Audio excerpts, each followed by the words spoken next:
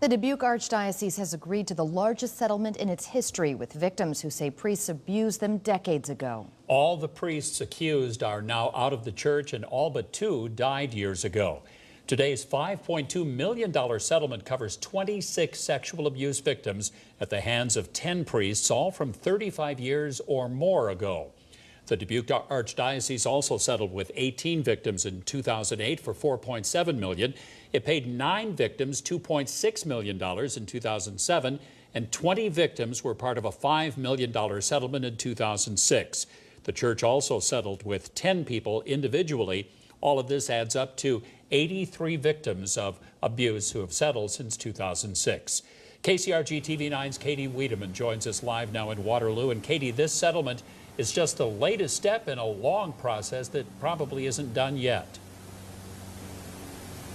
It has been a long few years, Bruce, and 2 of the priests named in this most recent settlement used to work here at Sacred Heart Church in Waterloo. That was back in the 1960s and 70s. Church leaders say today they are doing a lot more to prevent and respond to that kind of abuse. Others wonder if it's enough.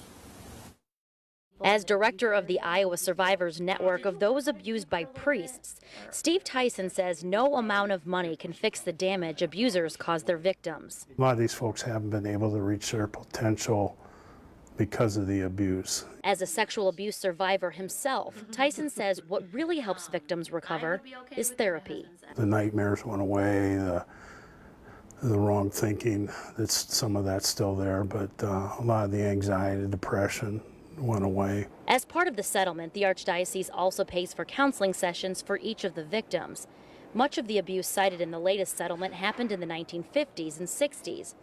Archbishop Michael Jekyll says the Catholic Church has since increased requirements to join the priesthood. Criminal background checks and a very thorough psychological evaluation and interviews with family members. Some question whether the current Catholic Church rules prohibiting priests from marrying plays a role in the abuse. Jekyll says he doesn't believe Catholic priests' vow of celibacy causes them to abuse children. Even in the general population, a lot of times perpetrators are people who are married, or they certainly don't have a commitment to chaste celibacy.